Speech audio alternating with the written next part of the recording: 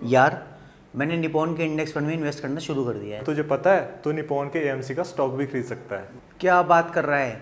AMCs भी stock market पे listed होते हैं? तू एएमसी छोड़, स्टॉक एक्सचेंजेस खुद भी स्टॉक मार्केट पे लिस्टेड होते हैं। क्या ये दोनों क्या बातें कर रहे हैं?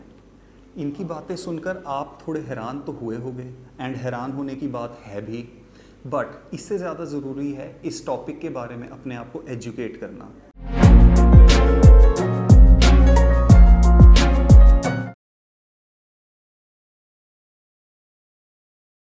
एएमसीज वो कंपनी है जो आपके पैसे को म्यूचुअल फंड्स के थ्रू स्टॉक मार्केट में इन्वेस्ट करती हैं। अब ये कंपनीज खुद स्टॉक मार्केट पे लिस्टेड हैं, ये सुनकर काफ़ी लोग हैरान हो जाते हैं, बट ये एक बहुत नॉर्मल बात है। एएमसीज एक बिजनेस की तरह ऑपरेट करती हैं एंड ये आपके पैसे को स्टॉक मार्केट में इन्वेस्ट करके बदले में आपसे expense ratio, entry load and exit load charge करते हैं। एएमसीज को अपनी फिजिकल प्रेजेंस बढ़ाने के लिए एंड मार्केटिंग एंड एडवर्टाइजिंग के लिए पैसों की ज़रूरत होती है, जिस वजह से ये स्टॉक मार्केट से फंड्स रेज करते हैं। तो आज हम एक ऐसी ही एएमसी की बात करेंगे जो इंडिया के स्टॉक मार्केट पे लिस्टेड है एंड आज अपने ऑल टाइम लो के काफ़ी ज़्यादा पास है। मैं बात कर रहा हूँ Nippon life India asset management company की, जिसका टिकर सिंबल है NAMINDIA। ये एक क्विक एनालिसिस होगा एंड मैं आपको हर एस्पेक्ट को ज़्यादा डिटेल में कवर नहीं करूँगा, बट आपके कोई भी क्वेश्चंस हो तो हम कमेंट्स में डिस्कस कर सकते हैं। तो चलिए अब डिस्कशन को स्टार्ट करते हैं। निपॉन एएमसी का स्टॉक BSE पे 2017 से लिस्टेड है एंड NSE पे 2020 से लिस्टेड है एंड आज ये स्टॉक अपने ऑल टाइम हाई से 50% नीचे है। निपॉन के पिछले एक साल के नेगेटिव परफॉर्मेंस के कुछ मेन रीजंस मैं आपको बताता हूँ। पहला रीजन है कि अप्रैल 2022 से निफ्टी में एक करेक्शन एंड कंसोलिडेशन फेज चल रहा है, जहां मार्केट ने पूरे फाइनेंशियल ईयर साइडवेज मूव किया एंड नेग्लिजिबल रिटर्न्स दिए। दूसरा रीजन है सेबी ने इंडिया में सभी निपॉन जैसी एएमसीज पे बैन लगाया था फर्स्ट क्वार्टर में किसी भी तरह के न्यू म्यूचुअल फंड्स लॉन्च करने से।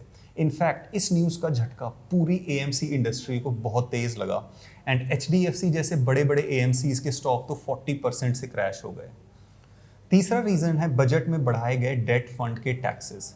गवर्नमेंट ने date funds and fix deposits के लिए प्लेइंग फील्ड एकदम लेवल कर दिया है, जिस वजह से डेट फंड्स के इन्वेस्टर्स अब FDs की ओर जाने लगे हैं एंड निपॉन के स्टॉक पे इसका असर देखने को मिला। चौथा रीजन है इंडियन इन्वेस्टर का बिहेवियर चेंज। अब ज़्यादा से ज़्यादा लोग पैसिव फंड्स यानी इंडेक्स फंड्स की तरफ शिफ्ट हो रहे हैं। पैसिव फंड्स का एक्सपेंस रेशियो 0.2% के अराउंड होता है एंड एक्टिव फंड्स में ये रेशियो 1 से 2% तक जाता है। तो ये एक डायरेक्ट इम्पैक्ट डालता है एएमसीज के रिवेन्यू पर। दो और रीजंस हैं जो एएमसीज के स्टॉक को नेगेटिवली अफेक्ट कर सकते हैं, वो है आने वाला कंपटीशन और सेबी का नया रूल जो एएमसीज के एक्सपेंस रेशियो को रेगुलेट करने के लिए आने वाला है। इतनी सारी नेगेटिविटी के बाद भी मैं निपॉन एएमसी के स्टॉक पे काफ़ी बुलिश हूँ एंड जो मेरी रिसर्च है उसके अकॉर्डिंग मैं इस स्टॉक में अपनी इन्वेस्टमेंट इंक्रीज करने वाला हूँ एंड मैं अपने रीजंस आपको बताऊंगा। लेकिन उससे पहले एक बहुत इंपॉर्टेंट बात मैं आपको याद दिला दूँ। ये वीडियो फाइनेंशियल एडवाइस नहीं है, मैं आपको किसी भी स्टॉक में इन्वेस्ट करने के लिए रेकमेंड या एनकरेज नहीं कर रहा हूँ। मैंने निपॉन का फंडामेंटल एनालिसिस कैसे किया है बस वो एक एजुकेशनल पॉइंट ऑफ व्यू से एक्सप्लेन कर रहा हूँ। मेरा निपॉन एएमसी में इन्वेस्ट करने का एक मेन रीज़न है कि ये स्टॉक ऑलरेडी हैविली करेक्टेड है। इनफैक्ट इस स्टॉक ने पिछले 5 साल में 15% एब्सोल्यूट रिटर्न दिया है, जो CAGR टर्म्स में 3% के अराउंड है। तो ये बात क्लियर है कि इस स्टॉक का प्राइस बहुत रीजनेबल है, बट हमें ये जानना भी ज़रूरी है कि इस कंपनी का रेवेन्यू ग्रोथ पोटेंशियल है भी या नहीं। तो मैंने जितनी भी रिसर्च की है वो यही कहती है कि इंडिया की म्यूचुअल फंड इंडस्ट्री अभी बहुत ज़्यादा इमेच्योर है एंड अभी बहुत ज़्यादा ग्रोथ पोटेंशियल है। इंडियन म्यूचुअल फंड इंडस्ट्री ने पिछले 10 साल में काफ़ी ग्रो किया है, बट हम अभी बाकी की दुनिया से काफ़ी ज़्यादा पीछे हैं। इंडिया में सिर्फ 3% लोग म्यूचुअल फंड्स या स्टॉक में इन्वेस्ट करते हैं। US में ये नंबर 50% के अराउंड है। इसमें आप ये भी ध्यान में रखो कि इंडिया की पॉपुलेशन US की पॉपुलेशन से 4 टाइम्स ज़्यादा है, तो सबसे ज़्यादा पोटेंशियल तो यही है। जैसे जैसे अवेयरनेस बढ़ेगी, ज़्यादा से ज़्यादा लोग कन्वेंशनल सेविंग से हट के मार्केट में इन्वेस्ट करना स्टार्ट कर देंगे। इंडिया के सभी म्यूचुअल फंड्स के AUM को अगर मिलाया जाए तो वो हमारे GDP का 16% है। ये फिगर यूके के लिए 73% एंड यूएस के लिए 148% है। तो ये दोनों डेटा पॉइंट्स जो अभी हमने डिस्कस किए इंडियन एएमसी इंडस्ट्री के लिए काफ़ी ज़्यादा मोटिवेटिंग है। इनफैक्ट यहाँ ग्रोथ पोटेंशियल इतना ज़्यादा है कि काफ़ी सारी एएमसीज आराम से कोएग्जिस्ट एंड ग्रो कर सकती हैं। अब हम बात करते हैं निप्पॉन एएमसी के नंबर्स के बारे में।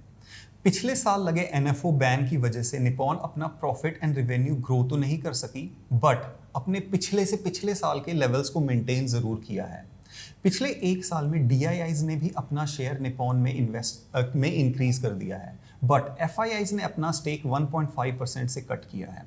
ये एक zero debt small cap company है एंड पिछले साल ये 6th पोजीशन से जंप करके इंडिया की 4th लार्जेस्ट एएमसी बन चुकी है। निप्पॉन एएमसी के पास आज 91,000 डिस्ट्रीब्यूटर्स हैं and total 1.3 crore unique customers हैं जो ऑलरेडी निप्पॉन के फंड्स में इन्वेस्टेड हैं। कंपनी ने टेक्नोलॉजी का यूज़ करके अपने customer experience, new SIPs, lump sum investment, इनके नंबर्स को भी बहुत ज़्यादा इंप्रूव किया है। आज निप्पॉन के पास total 41 active and 42 passive mutual fund schemes हैं एंड इसके अलावा निप्पॉन एआईएफ या ऑल्टरनेट इन्वेस्टमेंट फंड्स और ऑफशोर फंड्स भी मैनेज करता है। तो अब हम इस वीडियो को कंक्लूड कर लेते हैं। निप्पॉन इंडिया एएमसी आज एक रीजनेबल प्राइस पे अवेलेबल है। म्यूचुअल फंड इंडस्ट्री के ग्रोथ पोटेंशियल का फ़ायदा उठाने के लिए ये एक अच्छे पोजीशन पे भी है। इसका AUM ना बहुत ज़्यादा है ना बहुत कम। इस वजह से सेबी के एक्सपेंस रेशियो से रिलेटेड जो रूलिंग आने वाली है उसका इनके प्रॉफिट पे कोई ज़्यादा असर नहीं पड़ेगा। एंड मेरे अकॉर्डिंग ये स्टॉक एक बहुत अच्छा रनअप दे सकता है अगले एक साल में। तो अगर आपको ये क्विक एनालिसिस वीडियो पसंद आई तो कमेंट्स में बताइए। चैनल को लाइक एंड सब्सक्राइब भी ज़रूर करना। आज के वीडियो में बस इतना ही। अगले वीडियो में मैं आपसे फिर मिलूंगा। जय हिंद।